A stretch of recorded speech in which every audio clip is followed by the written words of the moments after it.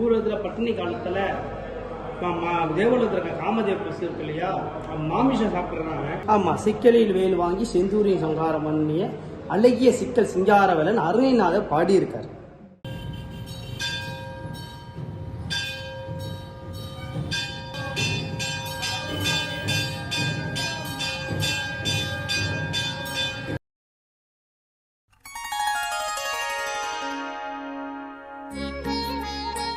அனைவருக்கும் ஜி கிரிஷ் பக்தி டிவி சார்பாக என் பணிவான வணக்கங்கள்.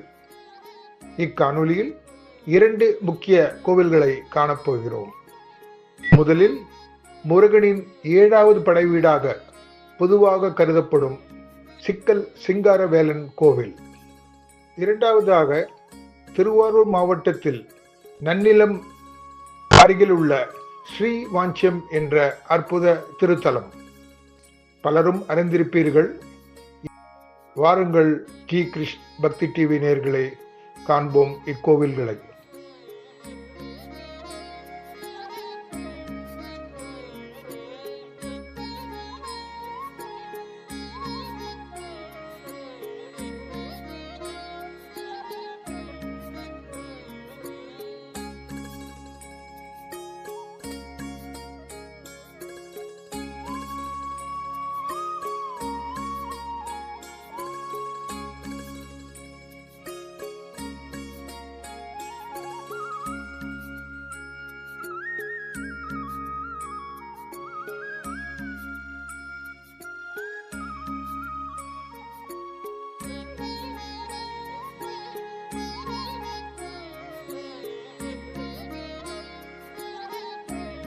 ஸ்ரீ நவநீதீஸ்வரர் கோவில், சிக்கல் சிங்காரவேலன் கோவில் என்றும் பக்தர்கள் அன்புடன் அழைப்பர். இத்திருக்கோவில் திருவாரூர் ரயில் நிலையத்தில் இருந்து சுமார் 19 கிலோமீட்டர் தொலைவில் உள்ளது. இக்கோவில் நாகப்பட்டினம் மாவட்டத்தில் அமைந்துள்ளது.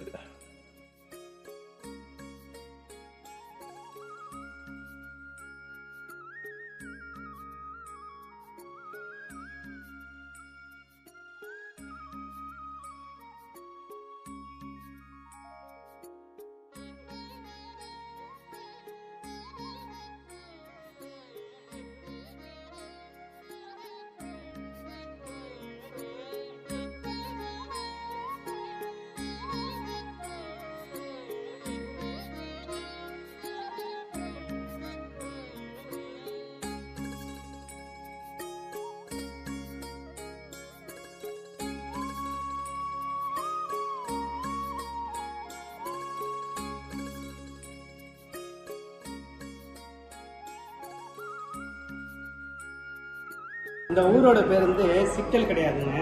இந்த ஊரோட பேர் வந்து மல்லிகவனம் பேர். மல்லிகார்ண சேஸ்திரம் இந்த ஊரோட பேருங்க. ஒரு காலத்துல இருந்து நம்ம வஸ்தரிசி இருக்காங்க இல்லையா, இந்த இடத்த ஆசிரமம் வச்சிருந்தார். ஆனால் இது பேர் வந்து வஸ்தாசிரம் அப்படின்னு ஒரு காலத்துல இருந்தது. ஒரு காலத்துல என்னாச்சுன்னா, ஊரத்தில் பட்டினி காலத்துல தேவலத்தில் இருக்க காமதேவ பசு இருக்கு இல்லையா, மாமிசம் சாப்பிட்றாங்க.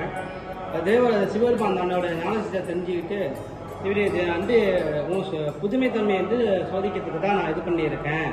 நீ எப்படி இந்த தேவலத்தில் பசங்க நீ எப்படி மாமிசம் சாப்பிடலாமா அப்படின்னு சொல்லியிருக்காரு. அது பட்டினி கொடுமை தாங்க முடியாமல் மாமிசம் சாப்பிட்றாங்க.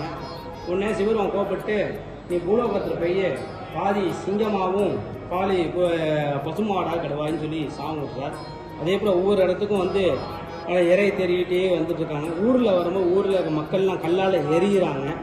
ஏன் காரணம் கேட்டிங்கன்னா, பாதி சிங்க முகமாகவும் பாதி பசுமாடை வந்தால் வேற ஏதோ மிருகம் வந்துட்டு அப்படின்னு அடிக்கிறாங்க. திருப்பி சிவபெருமானுக்கிட்டே முறையிடும் போது சிவபெருமான் சொல்லிடுறாரு, இங்கே பெரிய பூலோகத்தில் மல்லிகவனம் ஒரு இடம் இருக்குது, அந்த இடத்துல போய் தவம் புரி அப்படின்னு சொல்கிறாரு.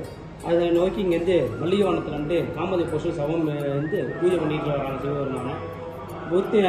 பத்தி முத்தி போய் பால் குளம் நிறைஞ்சி பின்னாடி பால் குளமாயிடுது. அப்படியே அவங்க சாப விமோச்சனமும் கிடைச்சிருது அவங்களுக்கு. அதனால சிவபெருமானை வேண்டிகிட்டே இருக்கும்போது பின்னாடி பால் குளம் நிறைஞ்சி போயிடுது. இல்லை சிவபெருமான் வந்து காட்சி கொடுத்து சாப விமோச்சனம் கொடுத்துட்றாரு காமதேவ பசுவுக்கு. அந்த வழியாக எப்பவுமே திண்டு வல்ல எந்த சொல்லலையா, ஃபஸ்ட்டு அவரோட ஆஸ்திரம் அந்த இடத்துல இருந்திருக்கு மல்லிகவனத்தில். ஒவ்வொரு நாளும் ஒவ்வொரு சிவ பூஜை பண்ணிட்டு வந்துட்டு இருக்காரு. இப்போ பூஜை பண்ண வரும்போது இந்த இடத்துல பார்க்குற என்னடா அது ஒரு தண்ணி இருக்கிற இடத்துல சாணம் முடிச்சு தண்ணி இருக்கிறது பால் குளமாக இருக்குது என்னது அப்படின்னு யோசிக்கிறாரு. தன்னோட ஞான திசையாக தெரிஞ்சுக்கிறாரு. இதுமாதிரி தேவலோகத்தில் பெரிய பசு மாமிசம் சாப்பிட்றாங்க, அதான் சிவன் கூப்பிட்டு சாபம் விடுறாங்க. அதனால் இந்த இடத்துல வந்து பால்குளம் நிறைஞ்சிருக்கு, காமத்தை போய் சாவம் வந்து விமோசனம் கிடச்சிருக்குன்னு தெரிஞ்சுக்கிறாரு. இந்த பால்லேருந்து வெண்ணெயை மட்டும் திரட்டி எடுத்து சிவலிங்கம் செய்து பூஜை செய்கிறாரு. இப்போ வந்து ஆத்மசாந்திக்காக எடுக்கிறாரு. அந்த இடத்துல இருந்து எடுக்க வரல. ஆத்மஸ்தாந்திங்கிறது தான் இதயத்தோடு சேர்த்துக்கிறது தான் ஆத்மஸ்தாந்திங்கிற பூஜையை எடுக்கும்போது அந்த இடத்துல எடுக்க வரல, சிக்கிற வேறு ஒன்று இந்த சிக்கியதால் இந்த ஊருக்கு சிக்கல்னு பேர் அதுக்கப்புறம் தான் வந்தது. சிக்கல்னு பேர் வந்த காரணம் அதுக்கப்புறம் தான். வெண்ணெயால் செய்யப்பட்டதுனால நவனீஸ்வரர் அப்படின்னு பேர். தமிழில் வெண்ணெய்நாதர், வெண்ணெய் பிரான் அப்படின்னு அவருடைய பேர். விசேஷமான பகவான். என்ன சொல்லியிருக்காருன்னா, திருஞான சம்பந்தர் பாலும் மலர் தூவும் பாவம் பறையமே அப்படின்னு தேவாரத்தில் பாடியிருக்காரு.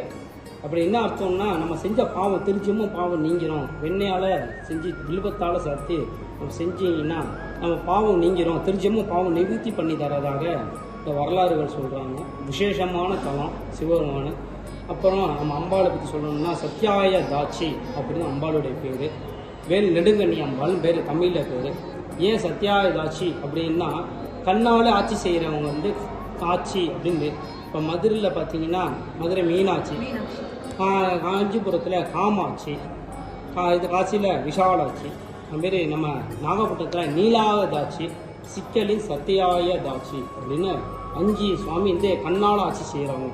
ஆனால் தான் ஆட்சின்னு முடிகிற விசேஷம். இந்த பூமியில் ஆட்சி செய்கிறதால தான் அந்த பேர் ஆட்சிங்கிற பேர் வர்றது. விசேஷமான அம்பாள். 3 சக்தியை உள்ளடக்கப்பட்ட இச்சா சக்தி, கிரியா சக்தி, ஞான சக்தி. இந்த 3 சக்தி உள்ளடக்கப்பட்டு தான் அம்பாள் தான் தவசு இருந்து இந்த வேலை உருவாக்கி சிங்கார வேலை இருக்கிறாங்க. அம்பாள் சக்திபீடத்தில் உள்ளவங்க, 51 சக்திபீடத்தில் அம்பாளும் உள்ளவங்க. ரொம்ப விசேஷமான அம்பாள்.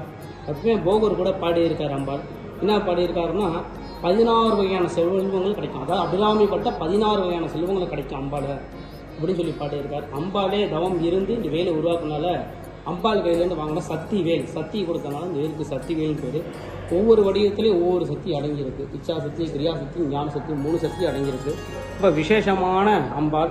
சிங்காரம் இங்கே வேல் வாங்கி சூர சம்காரம் பண்ணுறதுக்காக மையந்திரிக்கிற அசுரங்களை அட்டகாசம் தாங்க முடியாது அழிக்கிறதுக்காகவே சிவபெருமானுக்கிட்டே தேவர்கள்லாம் முறையிடுறாங்க. இந்த முறையிடும் போது இதுமாரி தோற்று வைக்கணும், சிவனோட அம்சத்தில் தான் அழிக்க வரும் அப்படிங்கிறது வரம் வாங்கியிருக்காரு. அதனால் முருகனை தோற்று வைக்கிறார்.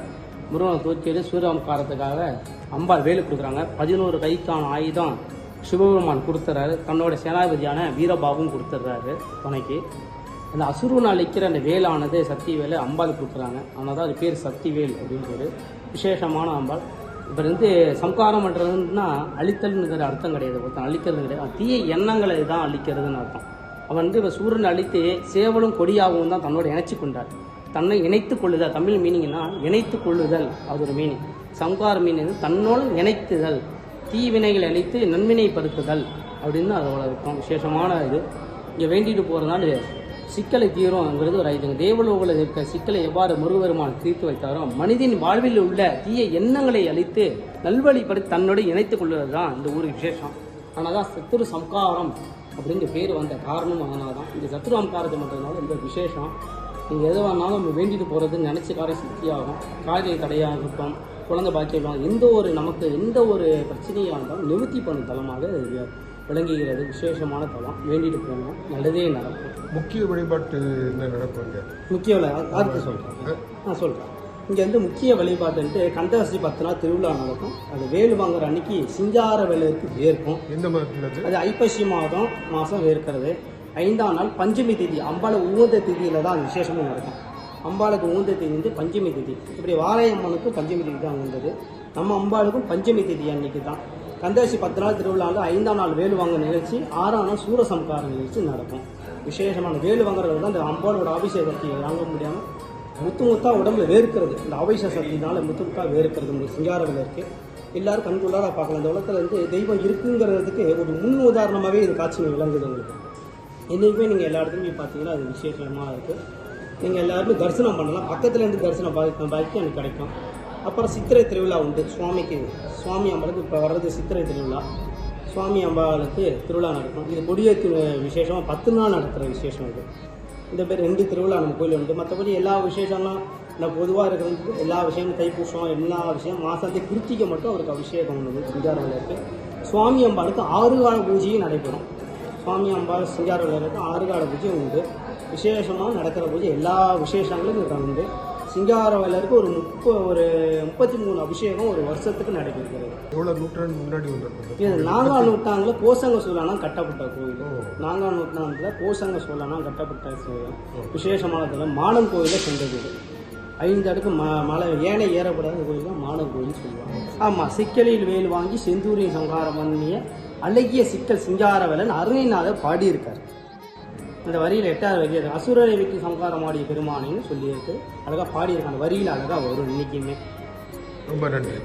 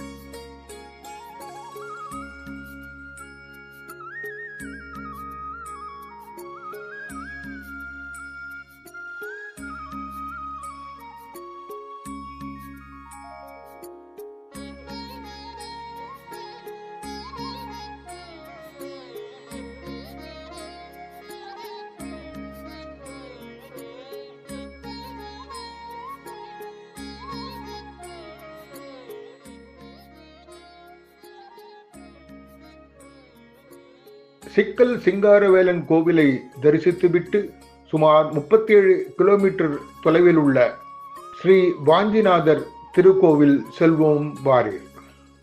திருவாஞ்சி